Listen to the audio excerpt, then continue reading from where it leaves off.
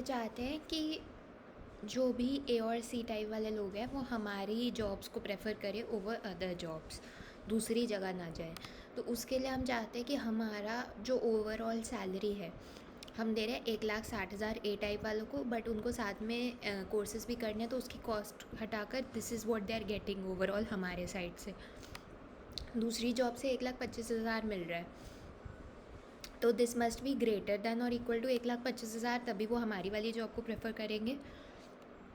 Similarly सी type वालों को जो 60,000 हम दे रहे हैं वो तो खैर जो उनको वहाँ पर 30,000 मिल रहा है उससे ज़्यादा ही है, तो सी टाइप वाले तो हमारी जॉब को ही प्रेफर कर रहे हैं एनीवे। तो ए टाइप वाले की पार्टिसिपेशन के लिए हमें चाहिए कि एन जो है वो इसको सॉल्व करेंगे तो एन आएगा लेस देन और इक्वल टू 11.67, यानी कि बेसिकली लेस देन और इक्वल टू 11 होल नंबर्स में करेंगे तो बेसिकली अगर हम इन सारी कंडीशंस को मिलाएं तो हमें पता चला था कि n 7 से तो ज़्यादा होना चाहिए कम से कम। इधर आया कि n 33.33 से कम होना चाहिए, यहाँ आया कि 11 से कम होना चाहिए। तो ओवरऑल 11 से कम होना चाहिए, है ना, क्योंकि अगर 11 और 33 के बीच में हुआ लेट्स से तो फिर ए टाइप वाले दूसरी जॉब के लिए चले जाएंगे, that is not something we want. तो 7 से 11 के बीच में एन होना चाहिए, राइट। तो अगर एन जो है बेसिकली लेट्स से 7 होता है तो ए टाइप वालों को कॉस्ट पड़ रही है 21,000 की। ठीक है, ये कॉस्ट इन्फॉर्मेशन एसिमेट्री की कॉस्ट है क्योंकि उनको अपने आप को डिस्टिंग्विश करना है सी टाइप वालों से, इसलिए that is the cost that they are having to bear. अगर सब कुछ सबको पता होता तो फिर तो सिंपल था, इनको 1,60,000 मिल जाते, सी वालों को 60,000 मिल जाते एंड लाइफ सॉर्टेड थी, राइट। अगर स्क्रीनिंग डिवाइसेस ना हो तो आपको फिर पूलिंग ऑफ टाइप्स करना पड़ता है।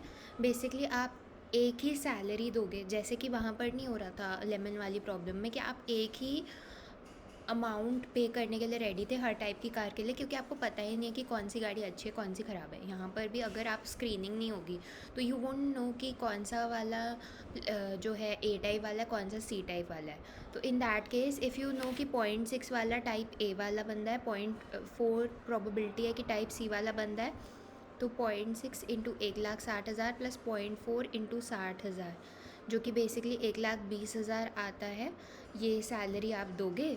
अब इस केस में सी ए टाइप वालों को दूसरी वाली जॉब से 1,25,000 मिल रहा है, यहाँ से सिर्फ उनको 1,20,000 मिल रहे हैं, तो वो दूसरी वाली जॉब को प्रेफर करेंगे।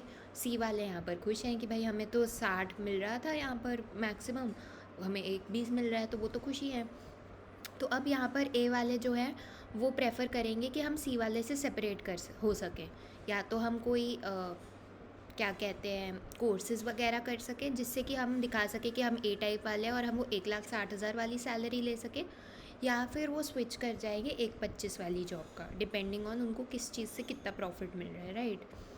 अगर 80% पॉपुलेशन है ए वालों की तो सैलरी जो आएगी पूलिंग से वो आएगी 1,40,000।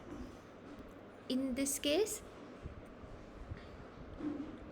अब ए जो है ए भी to a certain extent certified है, सेटिस्फाइड है कि हाँ 1,25 मुझे दूसरी जगह से मिल रहा है, यहाँ से आई एम गेटिंग 1,40, तो I am fine with this 1,40।